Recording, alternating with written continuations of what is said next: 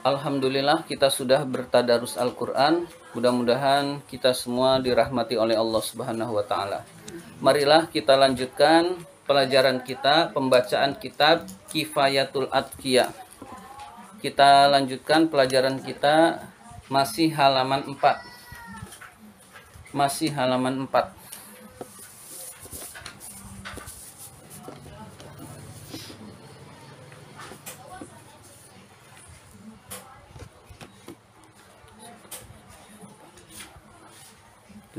Baris ke-7. Halaman 4, baris ke-7. Sudah ketemu?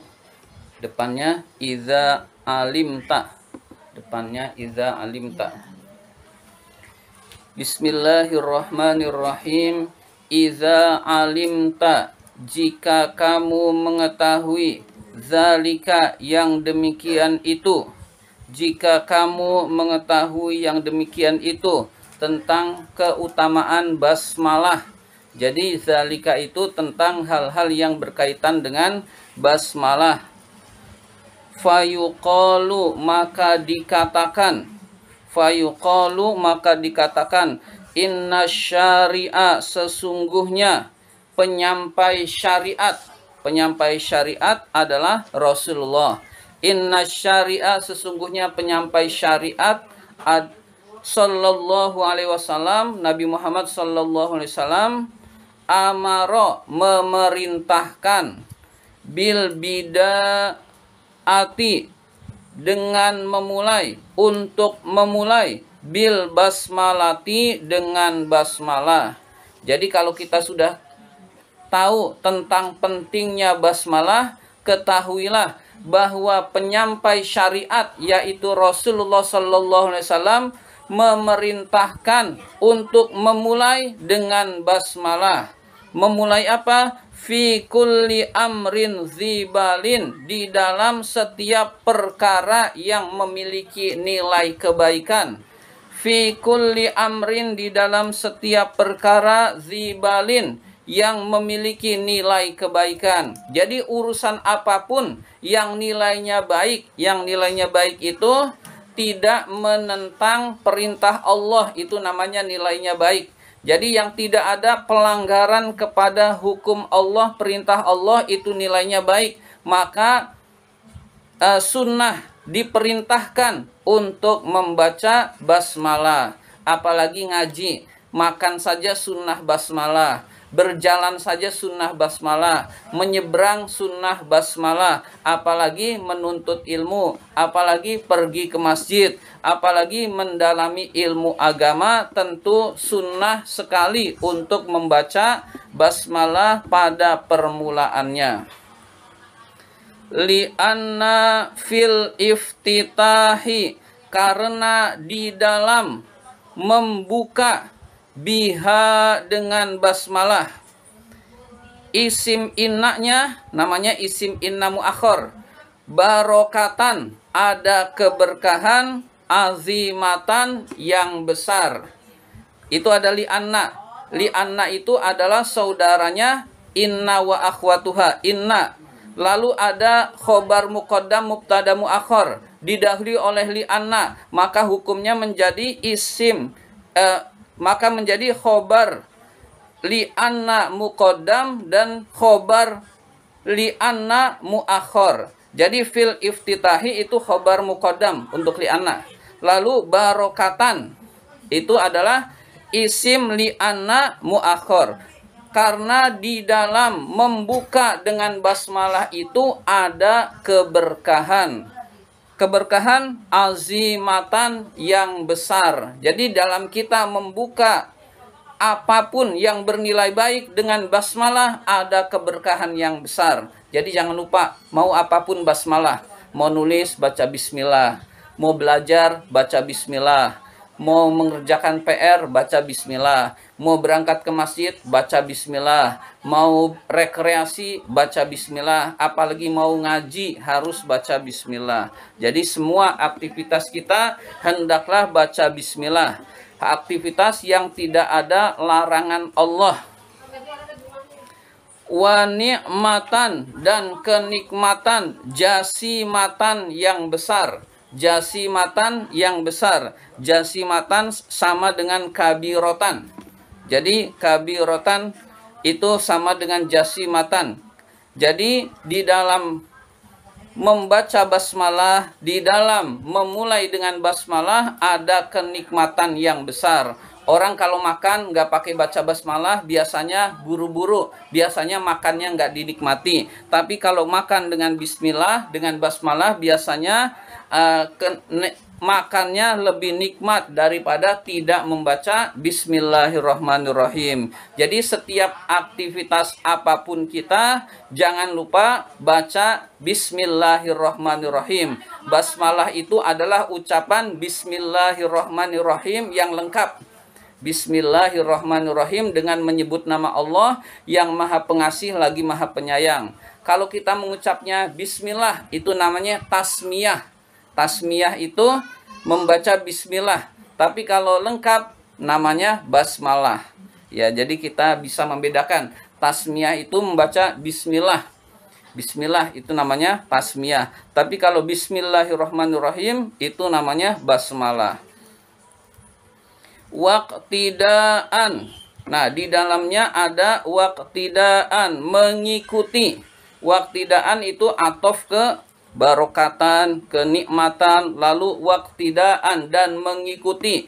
Jadi kalau kita memulai aktivitas dengan basmalah, mengarang kitab dengan basmalah, belajar mengaji dengan basmalah, iktidaan itu mengikuti, waqtidaan dan mengikuti, bil kutubi kepada kitab-kitab, al-munazzalati yang diturunkan, minallahi ta'ala dari Allah ta'ala.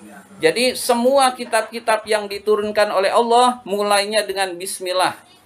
Kitab-kitab yang diturunkan oleh Allah yang populer dan kita kenal ada 4. Ada 4.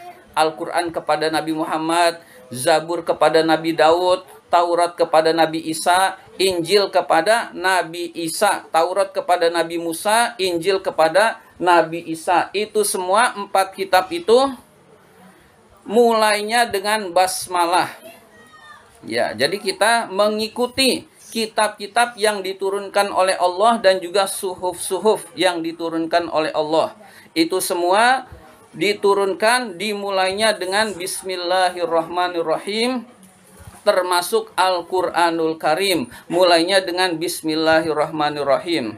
Faka'annahu, maka seakan-akan dia itu Allah, maka seakan-akan dia subhanahu wa ta'ala, subhanahu wa ta'ala maha suci dan maha tinggi, seakan-akan Allah subhanahu wa ta'ala yaqulu berkata. Jadi seakan-akan Allah berkata. Berkatanya, ya ibadi, wahai hamba-hambaku, iftatihu, membukalah kalian, bismi dengan namaku.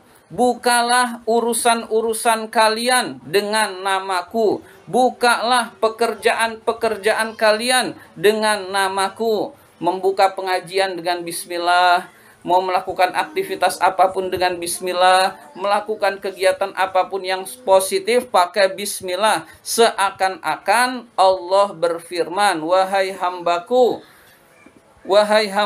bukalah dengan namaku, dengan bismillahirrahmanirrahim. Mubtadi'ina, di dalam memulai aktivitas apapun. Mubtadi'in itu kedudukannya hal. Mubtadi'in dalam keadaan memulai kegiatan. Takunu, maka kalian akan menjadi, bihi, dengan membuka dengan basmalah itu, muhtadin, orang yang mendapat petunjuk, orang-orang yang mendapat petunjuk. Jadi kalau kalian membuka dengan namaku, dengan nama Allah subhanahu wa ta'ala, maka kalian menjadi orang-orang yang mendapat petunjuk dari Allah subhanahu wa ta'ala. Jadi jangan sampai lupa bismillah. seolah-olah sepele, tapi ternyata sangat penting. Jadi sangat penting. Pentingnya adalah banyak keberkahan. Pentingnya lagi banyak kenikmatan. Pentingnya lagi menyebabkan seseorang itu mendapat petunjuk dari Allah Subhanahu wa taala. Jangan sampai bismillah ditinggalkan, ya. Jadi kita termasuk orang yang hendaklah memulai dengan bismillahirrahmanirrahim karena merupakan perintah Rasul dan seakan-akan Allah berfirman. Jadi perintah Allah juga melalui lisan Rasulullah sallallahu alaihi wasallam. Wa ila ridhoya wasilin. Ini sebetulnya kalau buat penerjemahan itu yang enak adalah wasilinnya dulu, sampai, dan orang-orang yang sampai pada keridoanku, dan kepada keridoanku wasilin, orang-orang yang sampai. Nah, sama juga dengan ini doa kamilin, doa tarawih. Allahumma ij'alna bil imani kamilin walil faraidi muaddin walis sholati hafidhin. Itu kan sebetulnya redaksi yang normalnya itu dibalik. Allahumma ij'alna bil kamilina bil imani. Ya Allah, jadikanlah kami orang-orang yang beriman sempurna, begitu. Orang-orang yang sempurna keimanannya. Ya, jadi itu kan redaksi yang dibalik jar majrurnya dulu, ya. Sama seperti ini. Dan kamu akan menjadi orang-orang yang sampai kepada keridoanku. Jadi kalau ini dilakukan, maka akan menjadi orang-orang yang sampai kepada keridoan Allah Subhanahu wa taala. Jadi takunu, kamu akan menjadi muhtadin, orang-orang yang mendapat petunjuk. Muhtadin itu adalah khobarnya takunu. Nah, berikutnya itu wasilin, itu atof ke muhtadin. Wa min sukhti, dan dari murkaku, mubaidin, orang-orang yang jauh. Jadi kamu akan menjadi orang-orang yang jauh dari murkaku kalau membaca bismillahirrahmanirrahim. Jadi keutamaannya banyak. Ini baru sebagian dikasih tahu oleh pengarang kitab ini. Akan mendapat petunjuk, akan sampai kepada keridhaan Allah, akan dijauhkan dari murka Allah Subhanahu wa taala. Nah, karena begitu pentingnya membaca bismillahirrahmanirrahim, pengarang kitab ini setelah menjelaskan definisi tasawuf, memulainya dengan pembahasan bismillahirrahmanirrahim. Sekarang yang ada di dalam kurung bismillahirrahmanirrahim, itu mulai pembahasan bismillah yang ada di dalam kurung. Wa mimma itu asalnya wa minma. Ya, wa minma, di antara perkara. Di antara perkara berarti apa? Khobar muqaddam. Ada huruf jar di awal. Itu memungkinkan menjadi khobar muqaddam kalau ada nanti ditemukan mubtada muakhornya. Jadi wa mimma itu khobar muqaddam.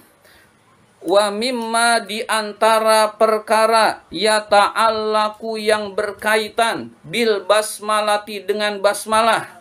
Nah, ada ma lalu ada min, berarti min bayan. Isi kandungan ma adalah minal ma'anid daqiqati, berupa makna-makna yang lembut, makna-makna yang halus, makna-makna yang tersirat. Nah, jadi kalau terjemahannya bebas akan seperti ini.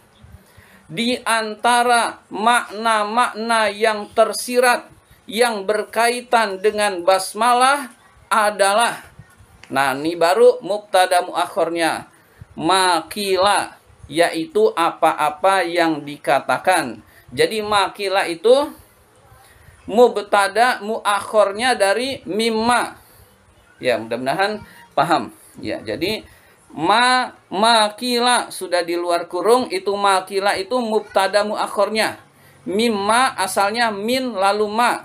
Min ma itu khobar muqaddam. Lalu mubtada muakhornya makila, apa-apa yang dikatakan.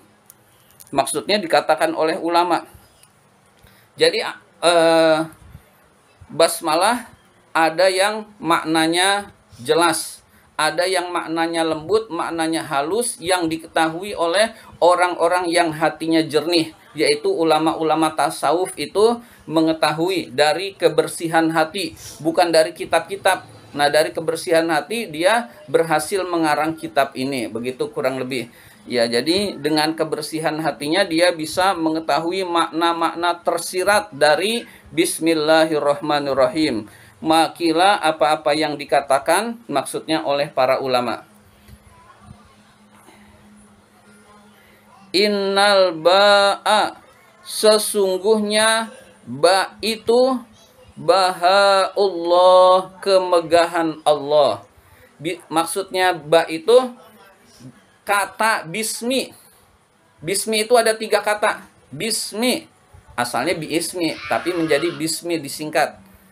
Bismillah depannya bismi. Bismi itu ba, sin, mim. Nah, itu yang lagi dibahas begitu. Jadi bismi, ba, sin, mim, itu depannya bismillah itu bismi. Lalu dijelaskan tadi apa? Innal ba'a, sesungguhnya ba-nya itu yang pertama, huruf pertamanya bahaullahi, kemegahan Allah. Jadi bahaullah, kemegahan Allah.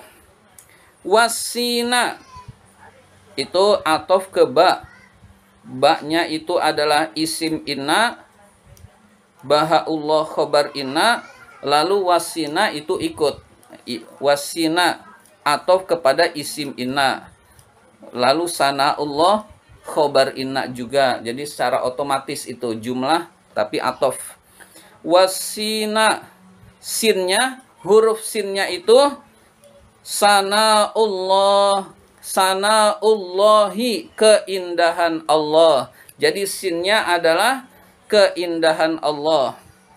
Wal mima, mimnya bismillah, majdullahi, pujian Allah subhanahu wa ta'ala. Jadi kemegahan Allah, keindahan Allah, dan pujian Allah subhanahu wa ta'ala. Nah, ini yang tahu seperti ini itu adalah ulama yang hatinya jernih lalu menjelaskan kepada kita. Jadi hasilnya dari hasil mukasyafah. Jadi hasil mukasyafah. Mukasyafah itu terbukanya hati. Terbukanya hati sehingga dia bisa mengetahui yang tidak diketahui oleh orang lain. Beberapa orang-orang Islam itu ada yang nggak percaya tentang mukasyafah. Karena dia nggak percaya, ya nggak bakalan nyampe kepada makom mukasyafah. Percaya aja udah enggak, apalagi sampai kepada mukasyafah. Pertama, percaya dulu. Lalu kalaupun kita tidak sampai, berkahnya itu sampai. Kita dekat dengan Allah subhanahu wa ta'ala. Wakila, dan dikatakan, al-ba'u, huruf ba itu buka utaibin. Buka utaibin. Buka itu menangis. Buka utaibin, menangisnya orang-orang yang bertaubat. Jadi basmalah ditafsirkan oleh para ulama, ba-nya adalah buka utaibin, menangisnya orang-orang yang bertaubat. Wasinu, sinnya adalah sahwul ghafilin, lalainya orang-orang yang lalai, lupanya orang-orang yang lalai. Jadi ada orang yang menangis karena dia bertaubat kepada Allah. Penyebabnya adalah dia lalai karena dia lalai kepada Allah subhanahu wa ta'ala.